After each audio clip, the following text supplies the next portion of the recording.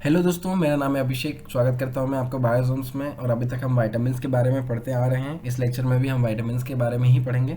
ये 7वां लेक्चर है वाइटामिन्स का, जिसमें हम विटामिन B5 की बात करेंगे। अभी तक हम वाइटामिन्स में वाइटामिन्स के डेफिनेशन के बारे में बात कर चुके थे। पिछले लेक्चरों में हमने टाइप्स ऑफ वाइटामिन्स पढ़ा था और on the basis of solubility हमने फैट सॉल्युबल और फैट वाटर सॉल्युबल के डिफ्रेंशिएट किया था वाइटामिन्स को। वाटर सॉल्युबल में हमने विटामिन बी और विटामिन सी की बात करी थी, जबकि हमने फैट सॉल्युबल वाइटामिन्स में हमने ADEK की बात करी थी। फिर हमने इनको क्लासीफाई किया था वाइटामिन्स को, ठीक है। और हमने देखा था कि प्रॉपर नेमिंग क्या है वाइटामिन्स की। ADEK, B और C के अलावा भी इनके जो प्रॉपर नेम हैं उनके बारे में बात किया था। फिर हमने 3 चीज़ें, एक विटामिन को उठाया था और उसको 3 चीज़ों के बेसिस पर क्लासीफाई किया था। उनके फंक्शन के बेसिस पर, उसकी डिफिशियंसी सिम्टम्स के बेसिस पर, और उस विटामिन को कहाँ से लिया जा सकता है और क्या चीज़ खाने से हम उस डिफिशियंसी को ओवरकम किया जाए, ठीक है। तो विटामिन ए रेटिनॉल के बारे में, उसके फंक्शंस के बारे में देखा था, विटामिन की डेफिशिएंसी सिम्टम्स के बारे में देखा था, और where to get vitamin A, या फिर how to overcome from this deficiency of vitamin A या किसी भी विटामिन की, ये बात करी थी। फिर हमने विटामिन C एस्कॉर्बिक एसिड के बारे में बात किया था, विटामिन B1 थियामिन के बारे में बात किया था, उसके फंक्शंस, डिफिशियंसी सिम्टम्स देखे थे। उसके विटामिन B2 राइबोफ्लेविन के बारे में बात किया, और विटामिन B3 नियासिन के बारे में बात किया था। अब इस लेक्चर में हम विटामिन B5 पेंथोथेनिक एसिड के बारे में बात करेंगे।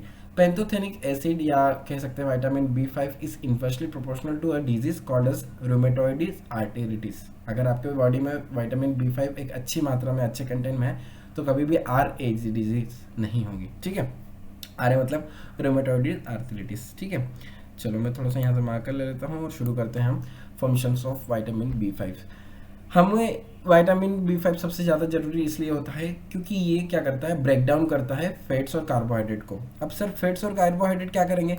फैट्स और कार्बोहाइड्रेट एक सोर्स है हमारी बॉडी में एनर्जी का, ठीक है। हमको जो एनर्जी लगती है, जो हमारी एक्टिविटीज़ होती है, जो बॉडी में जो एनर्जी बनती है, वो कार्बोहाइड्रेट और फैट्स से ही बनती है। जो हम खाते हैं उसमें कार्बोहाइड्रेट्स और फैट्स होते हैं, जो कि हमारे अंदर जाकर डाइजेस्ट होते हैं और हमारी बॉडी में एनर्जी प्रोडक्शन करते हैं, जिस एनर्जी को यूज़ करके हम हमारी डेली एक्टिविटीज़ परफॉर्म करते हैं, ठीक है। हमारी बॉडीज डेली एक्टिविटी परफॉर्म करती है, उसको ब्रेक डाउन करता है, फैट्स और कार्बोहाइड्रेट को ब्रेक डाउन करता है, और क्या फॉर्म करता है, एनर्जी फॉर्म करता है, ठीक है।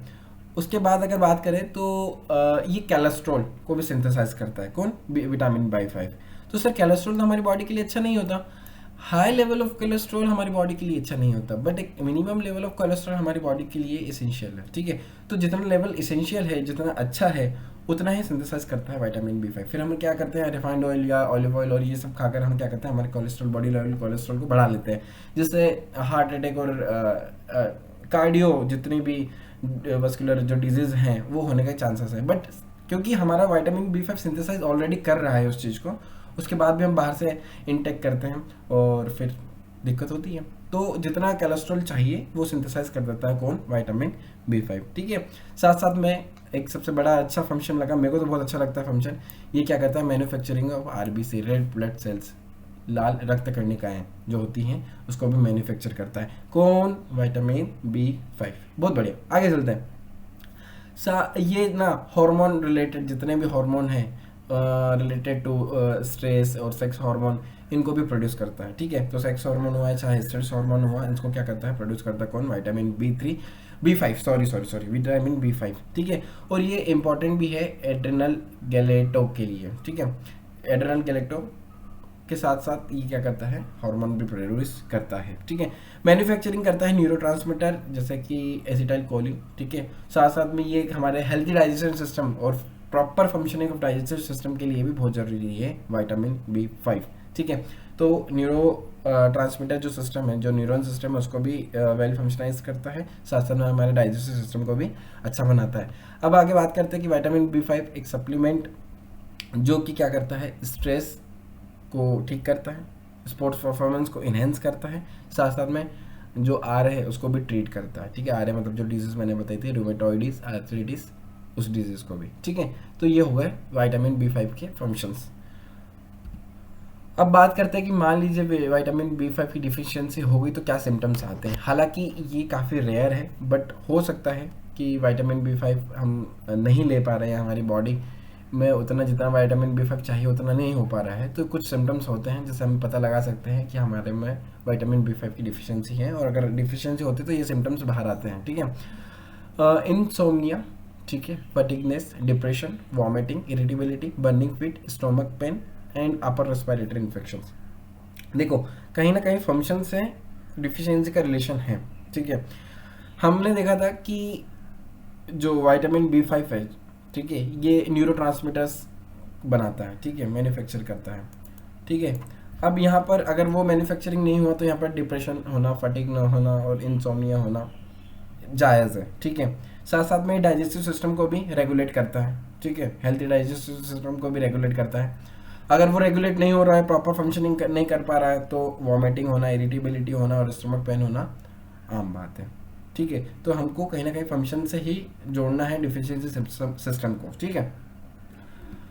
अब हम कहाँ से विटामिन बी 5 को ले सकते हैं, मतलब कुछ फूड अदर देन मेडिसिन, मैं हमेशा बोलता आ रहा हूँ, अदर देन मेडिसिन हमारे पास बहुत सारे ऐसे खाने के पदार्थ हैं या खाने का फूड मटेरियल है जिससे हम विटामिन ले सकते हैं, not for only vitamin B 5, हर एक विटामिन, ठीक है। सॉरी। सो विटामिन बी 5 एक वाइड वेराइटी ऑफ फूड में पाया जाता है, बहुत सारी वेराइटी ऑफ फूड में पाया जाता है, बट हाँ ध्यान रखिए जितने भी फ्रेश फूड होते हैं उसमें विटामिन बी 5 पाया जाता है, बट किसी भी फ्रोजन फूड में कंपेयर करते हैं अगर, तो फ्रोजन फूड में कम विटामिन बी 5 पाया जाता है। तो सर डिफिशियंसी की सिम्टम्स की जब आप बात करें तो इसी रिलेटेड बात कर रहे थे। हाँ बिल्कुल, मान लीजिए कि आप दिन भर फ्रोजन फूड खा रहे हैं, ठीक है, आप कुछ भी उठा रहे हैं तो उसको फ्रोजन हो रहा है, फिर उबाल रहे हैं और ऐसा यूज़ में ले रहे हैं, उसमें विटामिन बी 5 कम रहता है, ठीक है। और अगर हम डेली बेसिस पर एक बड़े लेवल पे बात करेंगे तो विटामिन बी 5 की कमी होना जायज़ है फिर तो, ठीक है। तो फ्रेश फूड खाएं मस्त अच्छे से, और विटामिन बी 5 की कभी भी डिफिशियंसी नहीं होने दें हमारी बॉडी में, ठीक है। तो जो गुड डाइट सोर्स है विटामिन बी 5 का, जैसे कॉलीफ्लावर हुआ, कॉर्न हुआ, ब्रेवेरियस हुआ, केल हुआ, टोमेटो हुआ, ब्रोकली हुआ, एवोकाडो हुआ, लेंटिल्स हुआ, लेग्यूम हुआ, एग यॉक हुआ, चिकन हुआ, sunflower seeds, peanut, split peas, soybean milk, sweet potato, whole grain bread हुए, वीट जर्म हुआ, सैल्मन हुआ और लॉबस्टर हुआ। ये सारी चीज़ें हैं जो कि एक गुड डाइटरी सोर्स है विटामिन बी 5 के लिए, ठीक है। मैंने ढाबा वाले जैसे नहीं बोला लच्छा पराठा, ये पराठा, वो पराठा, टमाटो, ब्रोकली, एवोकाडो, लेंटिल। चलो, तो ये सारी बात हुई। This is all about the functions, deficiency symptoms and where to get vitamin B 5, ठीक है।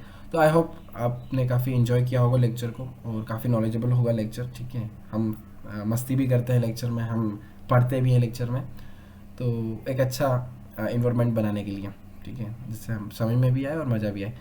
तो आने वाले लेक्चरों में हम विटामिन्स के जो दूसरे टाइप्स ऑफ विटामिन्स हैं उनकी बात भी करेंगे। तो आई होप आपको लेक्चर अच्छा लगा हो, और अच्छा लगा हो तो शेयर करें अपने फ्रेंड्स के साथ, अपने फैमिली मेम्बर्स के साथ, और काफ़ी प्यार दें, खूब प्यार दें बायोजोम्स को, सपोर्ट करें बायोजोम्स को। मिलते हैं नेक्स्ट लेक्चर में, जब तक के लिए दीजिए इजाज़त। धन्यवाद। जय हिंद।